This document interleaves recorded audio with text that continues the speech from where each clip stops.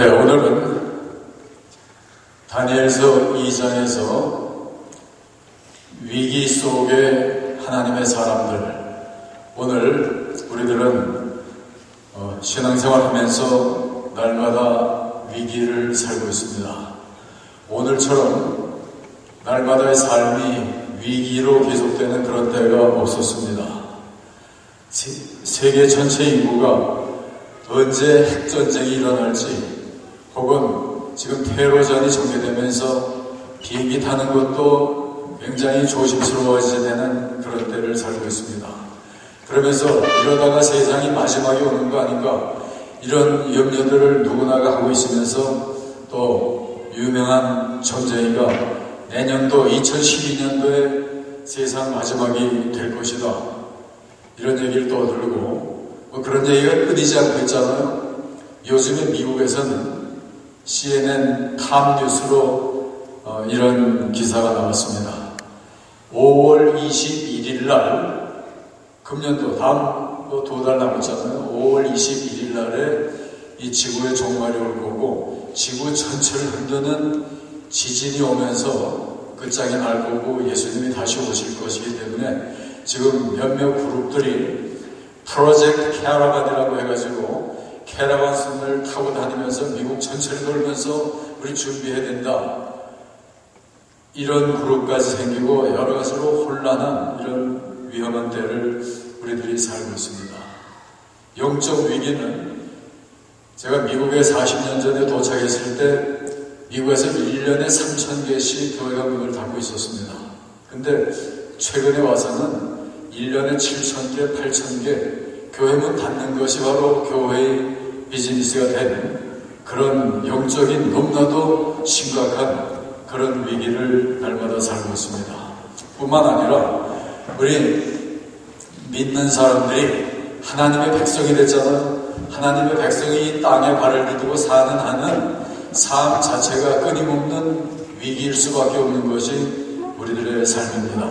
그렇기 때문에 우리가 신앙생활 하다 보면은 세상 살 때 느끼지 못하던 그런 분민이 생기고 고뇌가 생기고 문제에 부딪히는 것이 바로 우리들의 삶이잖아요. 그런데 오늘 본문에 보면은 유대 나라에 위기가 찾아오면서 유대 민족이 바벨론의 포로가 되어 있는 상태에서 너무나도 커다란 위기였잖아요. 그런 위기 가운데 바로 대처하고 있는 다니엘과 몇 소년들의 이야기를 통해서 우리가 정말 이런 위기를 지나가면서 우리가 어떻게 살아야 될 건가, 위기를 바로 대처하는 길은 어디 있는가 하는 것을 말씀에서 찾아보려고 합니다. 느부갓네살 왕이 꿈을 꿨습니다. 꿈을 꾸고 나서 완전히 모든 꿈을 잊어버렸어요. 그럴 때 그 나라에서는 꿈을 꾸고 잊어버리게 되는 건 굉장히 불길한 일이다, 이런 전통이 있었거든요. 아무리 생각해도 자기 꿈이 생각나지를 않아서 부하 모든 학자들, 지혜자들 모두를 다 불러가지고 꿈을 맞추고 그 해석을 찾아내라고 명령을 했습니다. 그랬을 때 아무도 그것을 맞출 사람이 없잖아요. 그러면서 거기에서 다니엘이 등장하면서 꿈을 알아맞추고 그러면서 문제가 해결되는데, 그런 과정이 위기로서 부딪힙니다. 지혜자, 학자 모든 사람들을 다 불러가지고 꿈을 맞추라고 그러는데 맞힐 사람이 없으니까 왕이 명령을 하잖아요. 저 바벨론의 모든 지혜자들, 점쟁이들, 모든 학자들 전부 다 죽여버리라. 이거보다 더 커다란 위기요 또 고통스러운 일이 어디 있겠습니까? 그런데 그런 모두가 다 정말 초죽음이 되어 있는 그런 상태에서 일어나는 것이 바로 믿음의 사람이잖아요. 다니엘이 그런 위기를 지나면서 거기서 발탁이 되고 그러면서 너무나도 아름답게 일어나는 놀라운 모습을 다니엘서 2장에서 발견합니다. 여러분, 우리가 믿는다고 하는 게 뭡니까? 그것은, 믿는다고 하는 것은 세상에서 별처럼 빛나는 걸 의미하는 거예요. 너희는 세상의 소음이다, 또 빛이라고 얘기해 주셨잖아요. 그러니까 빛이 어느 때 빛이 납니까? 어두움 속에서 항상 빛은 발할 수밖에 없어요. 그리고 별이 뜨는 것은 언제나 어두운 밤에 뜨지 낮에는 뜰 수가 없잖아요.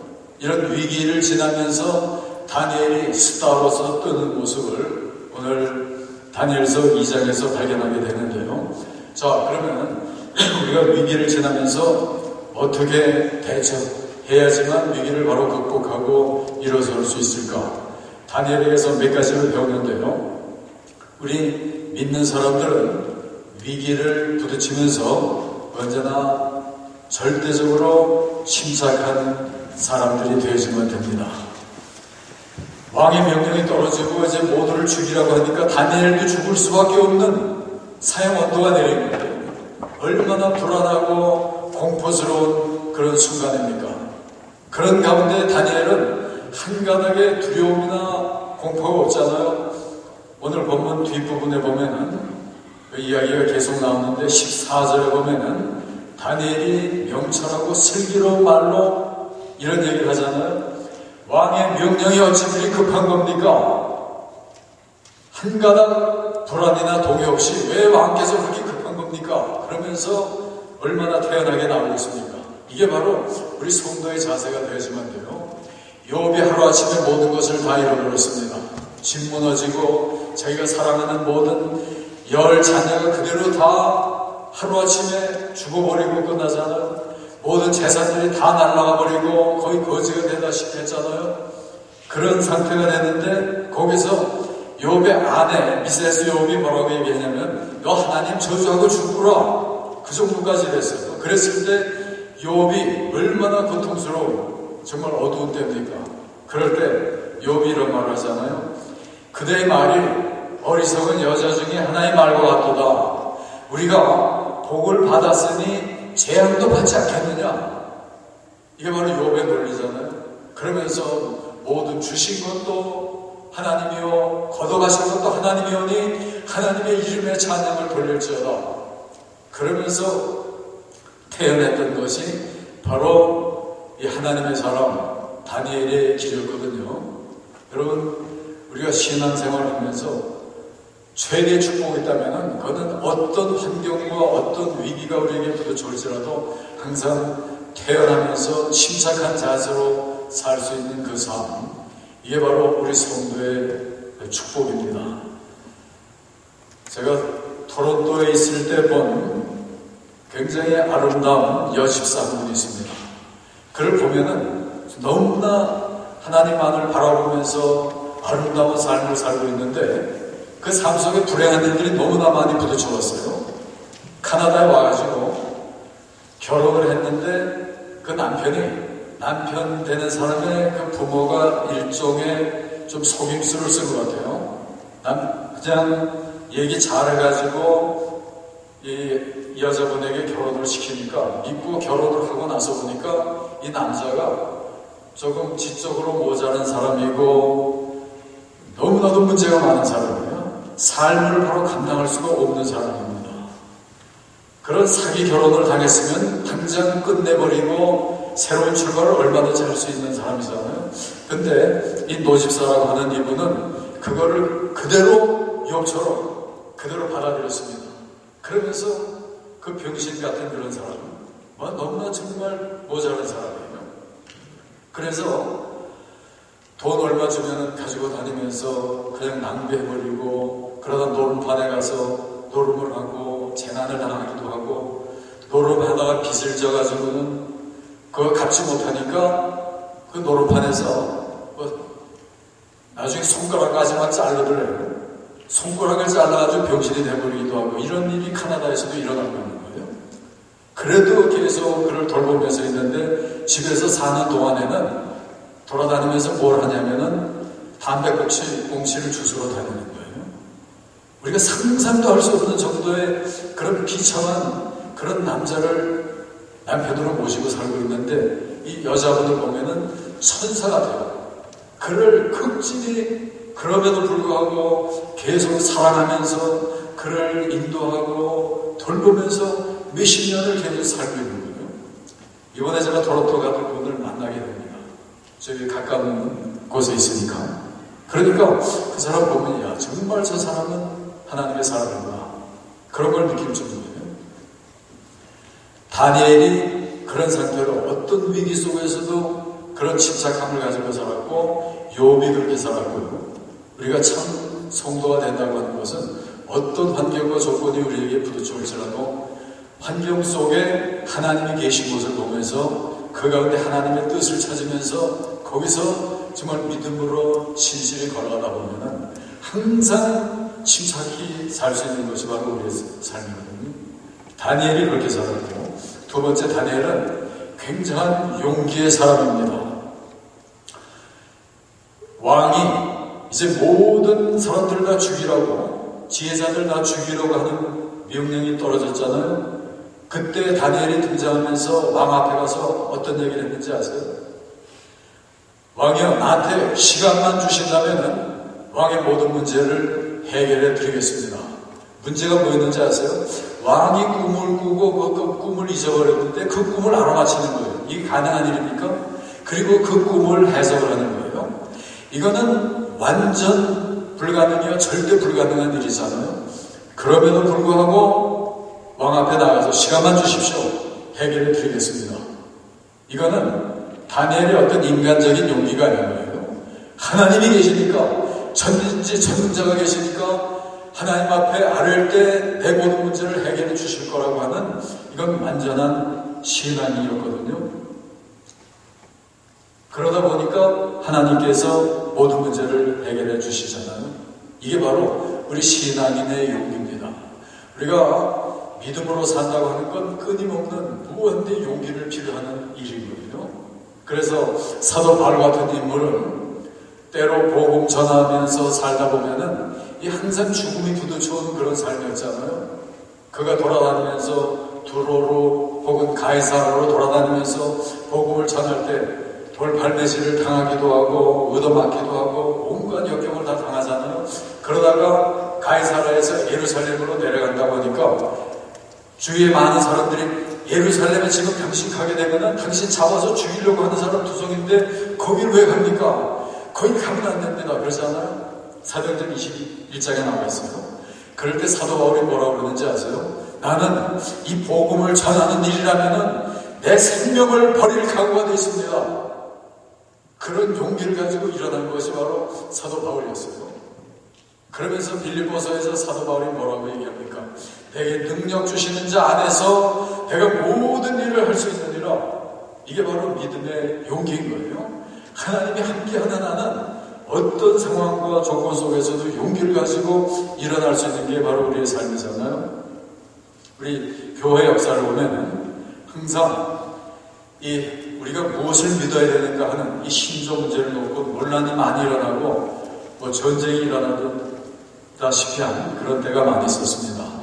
아타나시우스 때 이 신학적인 논쟁은 뭐냐면은 예수님이 누구인가?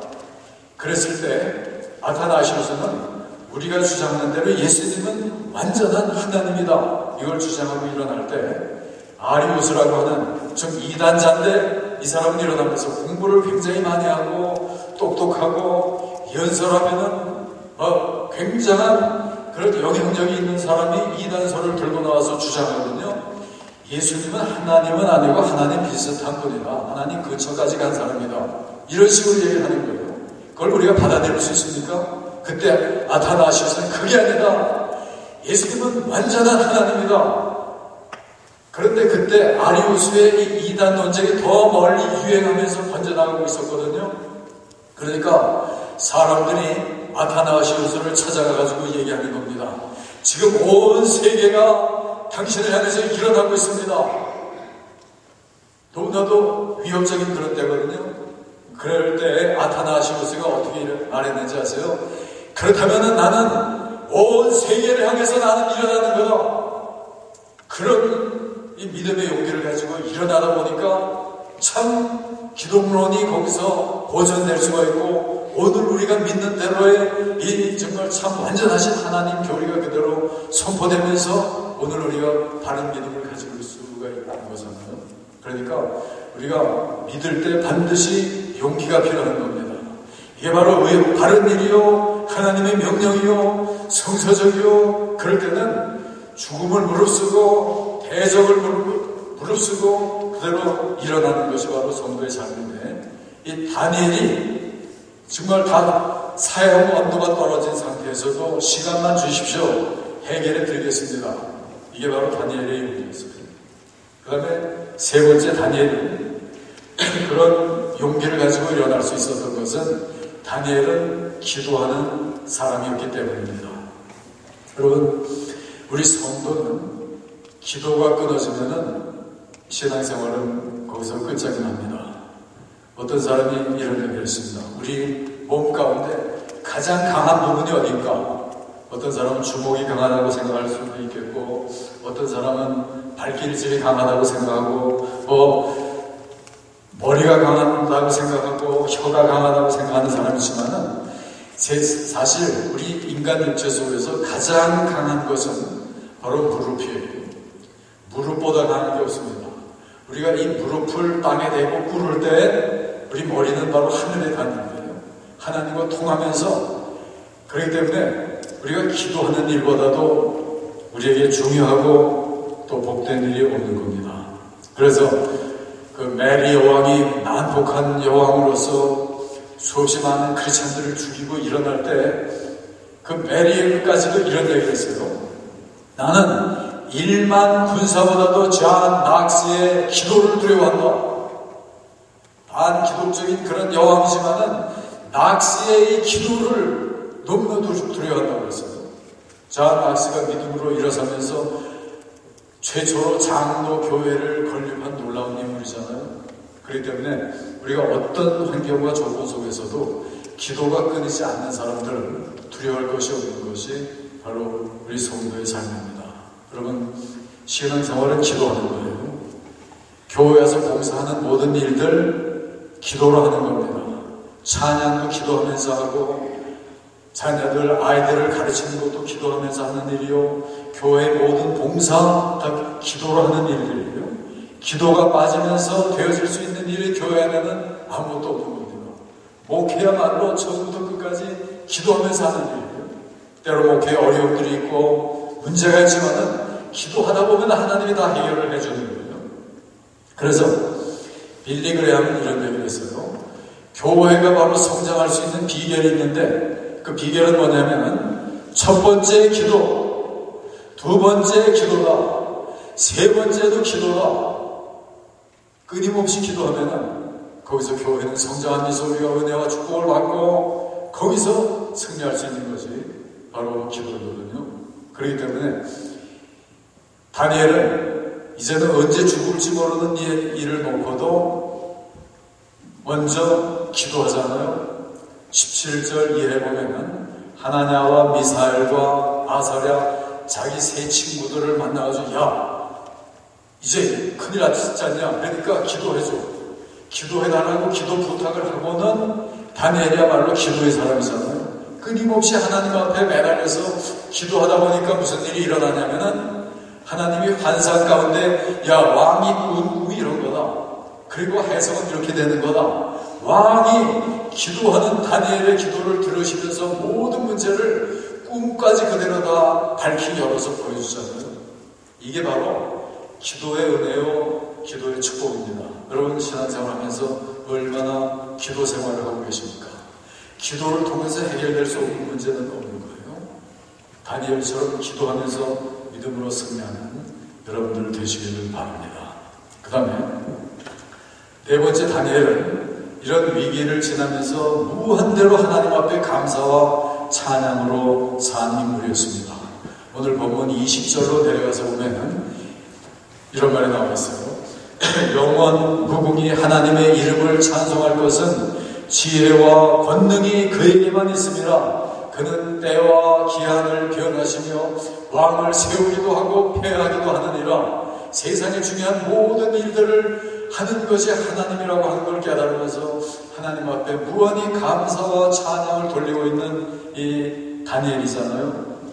여러분, 우리 신앙생활 속에 가장 잘 믿는, 가장 복된 성도가 누구인가? 이걸 아는 건 너무나도 중요한 일이에요. 잘 믿는 사람은 언제나 하나님을 생각하면 얼굴이 밝아지는 사람들이에요.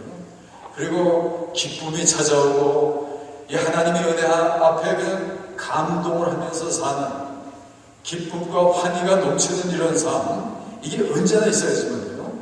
하나님이 항상 계신 분이라면 하나님을 생각만 하면 하나님이 모든 문제를 해결해 주시고 우리들을 가장 좋은 길로 인도해 주신다고 하는 걸 생각하면 끊임없는 감사와 찬양으로 차 있는 게 바로 우리들의 삶이거든요.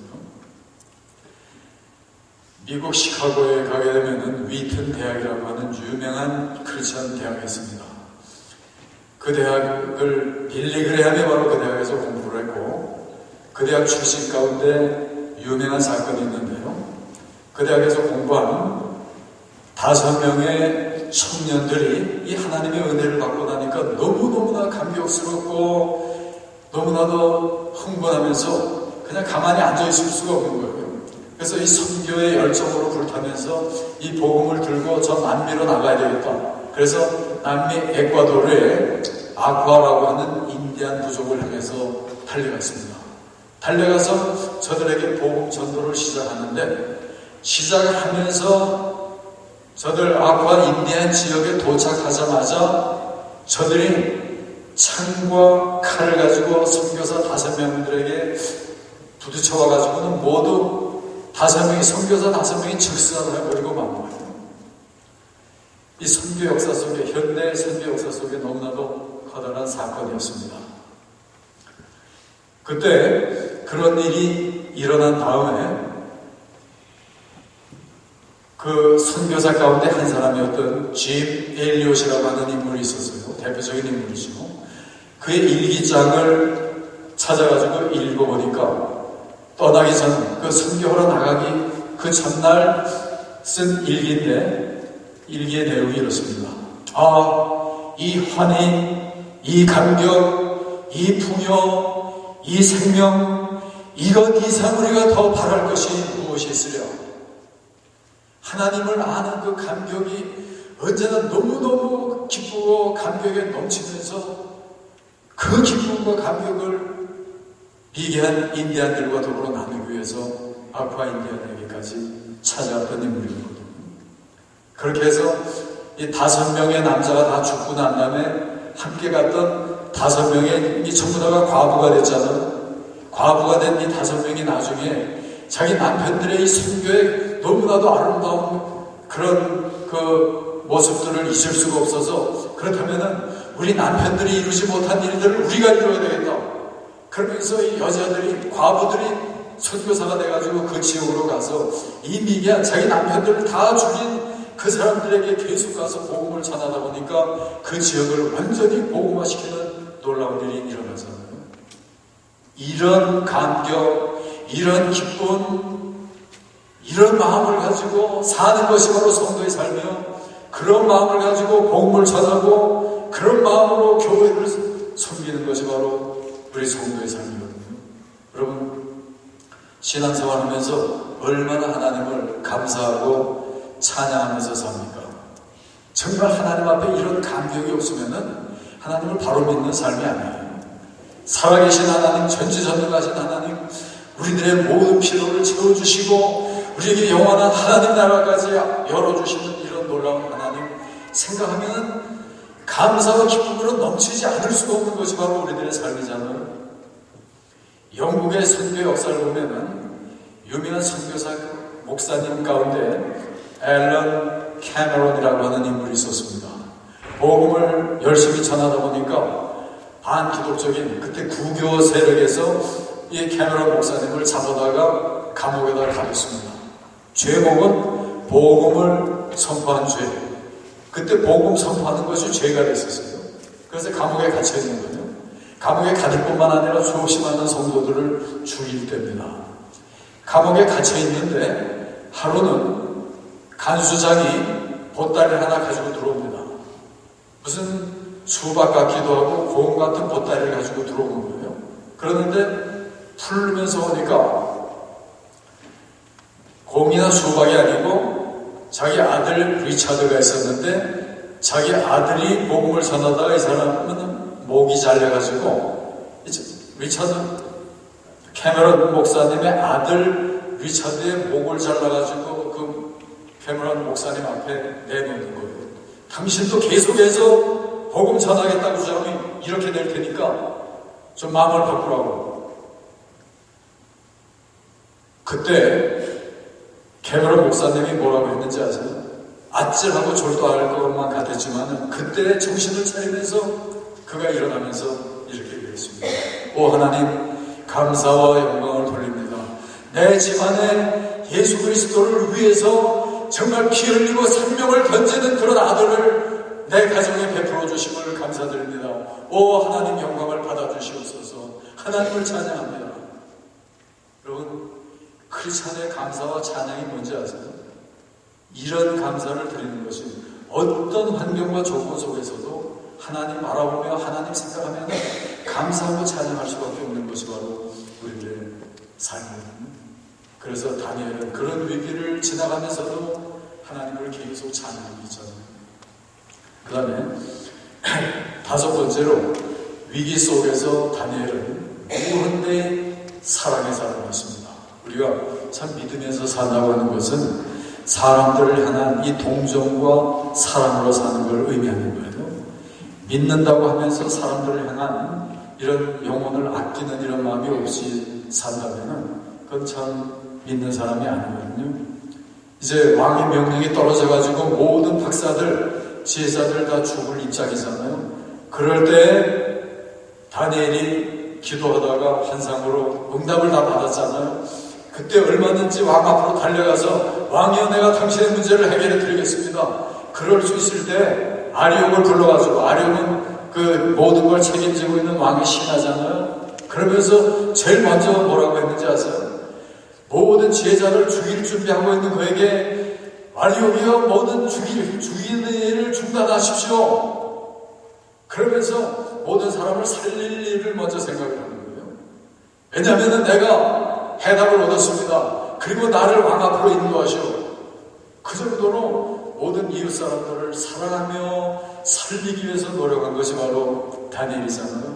여러분, 우리가 믿음의 생활을 하면서 영혼을 불쌍히 여길 줄 알고 사랑하면서 사는 사람들, 이거보다도 중요한 일이 없습니다. 우리가 정말 영혼을 사랑할 줄을 알 때는 영혼을 살릴 수 있는 일을 해야 되잖아요. 그건 바로 이 복음을 전하는 일이에요. 우리가 사도행전 4장 12절에 보면은 다른 이름은 없나니 우리가 구원을 얻을 다른 이름을 우리에게 주신 일이 없느니라. 현대는 느부갓네살의 칼은 우리들에게 없습니다. 그렇지만은 오늘 69억의 모든 사람들이 예수 이름 모르며 살 때는 모두가 정죄를 받고 지옥 멸망으로 떨어질 수밖에 없잖아요. 그럴 때 정말 참 하나님을 사랑한다고 하는 것은 이 복음이 중요한 것을 알면서 이 복음을 수많은 사람들에게, 가능한 한 더 많은 사람들에게 복음을 전하면서 사는 것이 바로 우리 성도의 삶이요, 그것이 바로 참 사랑을 베풀면서 사는 삶이에요. 여러분, 우리가 복음을 전하면서 사는 일, 이거를 성경은 지상명령이라고 그러잖아요. 믿는 모든 사람들 향해서 온 세계를 돌아다니면서 이 복음을 전하라고 명령을 하고 있습니다. 마시시의 프랜시스라고 하는 유명한 성자는 이런 얘기를 했어요. 나는 이 복음을 전하러 가는 일이라면은 유리 파편 조각 위를 맨 무릎으로라도 걸어가면서라도 나는 이 복음을 전하겠다. 그 정도의 이 복음 전파의 열정을 가지고 사는 것이 바로 그런 프란시스였거든요. 사도 바울은 뭐라고 그랬습니까? 나는 내가 저 지옥 멸망을 하는 한이 있어도 내 동족들에게 복음 전하기를 원한다. 이게 바로 자기 민족을 사랑하는 바울의 이 선교의 열이었잖아요.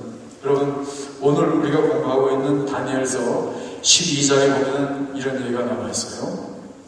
12장 3절에 많은 사람을 좋은 데로 인도한 자는 하늘의 별처럼 영원히 빛날 것이다. 영원한 스타가 되는 길을 바로 영혼을 사랑하면서 복음을 전하는 데 있는 거예요. 사람들은 스타가 되기를 원하잖아요. 별들이 되기를 원합니다. 그러면서 온갖 노력을 하는데 정말 참 별이 되는 길이 있다면 그것은 영혼을 사랑하고 복음을 전하는 길이에요. 여러분들이 로스앤젤레스에 가면 로스앤젤레스 옆에 할리우드이 있잖아요. 할리우드에 가게 되면 할리우드 블루바드라고 하는 굉장히 커다란 길이 있습니다.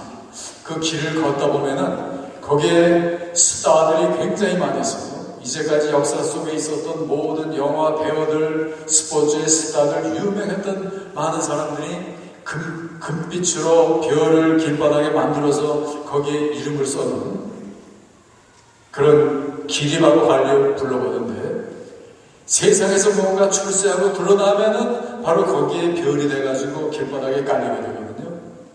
여러분, 할리우드의 모든 별들이 무슨 별들입니까? 전부 다가 영화 배우들, 세상에서 돈 좀 벌고 이름 날린 모든 사람들 모두가 다 구도덕의 별들이요, 다 밟히는 별들이요, 반짝거리는 거 하면 떨어져 버리는 별들이잖아요. 그런데 우리가 이 복음을 전하면서 살면은 많은 사람을 좋은 데로 인도한 자는 하늘의 별처럼 영원히 빛날 것이라고 했어요. 정말 영원한 스타가 되는 길, 그것이 바로 하나님, 이 영혼을 사랑하면서 복음을 전하는 겁니다. 그 다음에 네 번째로 다니엘은 위기를 지나면서 그런 이 겸손한 인물이었습니다. 왕의 꿈을 해결해주고 너무나도 큰 일을 하고 있잖아요. 왕 앞에 그가 해답을 가지고 나갔을 때 왕이 묻습니다. 다니엘, 내가 정말 내 꿈을 알아맞히고 해몽을 할 수 있냐? 이런 질문을 했을 때 다니엘이 대답을 하잖아요. 다니엘의 대답이 오늘 본문 27절에 나오는데요. 왕이 물으신 것은 박사나 술래이나 점장이가 능히 할 수가 없습니다.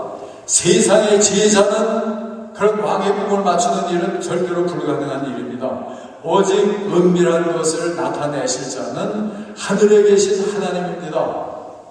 그는 모든 해답을 가지고 있었지만은 내가 드리는 건 이거는 내가 내 지혜로 내 능력으로 하는 것이 아니고 바로 하나님이 나에게 주셔서 왕께 드리는 겁니다.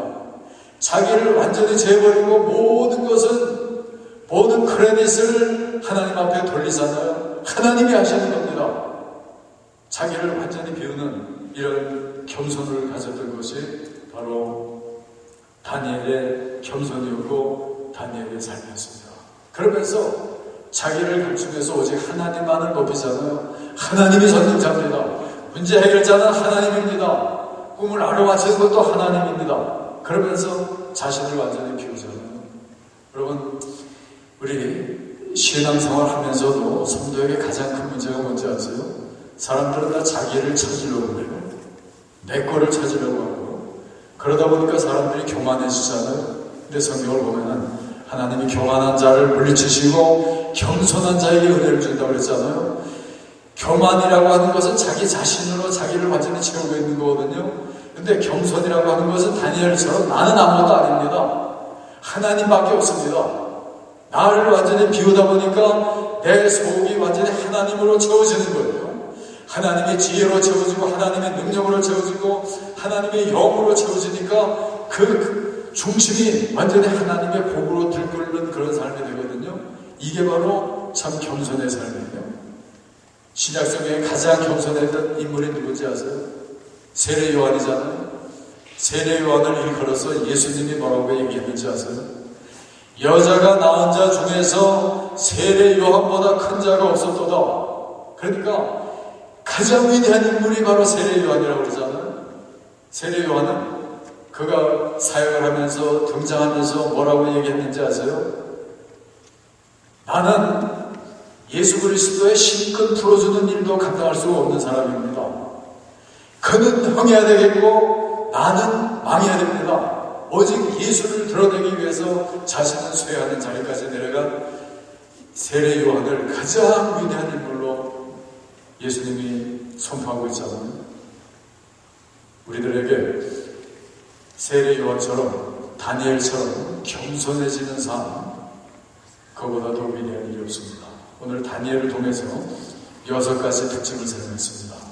다니엘이 위기를 극복하고 일어날 수 있었던 것은 위기 속에도 침착한 인물이었고 용기를 가지고 일어났고 끊임없이 기도하고 끊임없이 하나님 앞에 감사와 찬양을 돌리고 그러면서 사랑을 베풀고 그러면서 자신을 완전히 비우면서 나가다 보니까 하나님이 함께하면서 왕의 사형 명령이 떨어지고 모든 사람이 공포 속에 떨 때에도 그런 위기를 극복하고 아름답게 승리하는 것이 바로 다니엘이죠.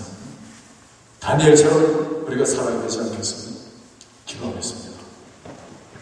하나님, 너무나도 힘든 사형 온도가 모두에게 떨어진 위기 속에서도 다니엘이 정말 참 믿음을 가지고 침착하게 용기를 가지고 끊임없이 기도하면서 일어났을 때 하나님을 찬양하며 겸손히 하나님만을 바라보며 살았을 때 모든 위기를 극복하고 아름답고 멋지게 승리할 수 있었듯이 우리들도 21세기에 다니엘과 같은 믿음의 사람들, 성도들이 다 되도록 인도해 주시옵소서.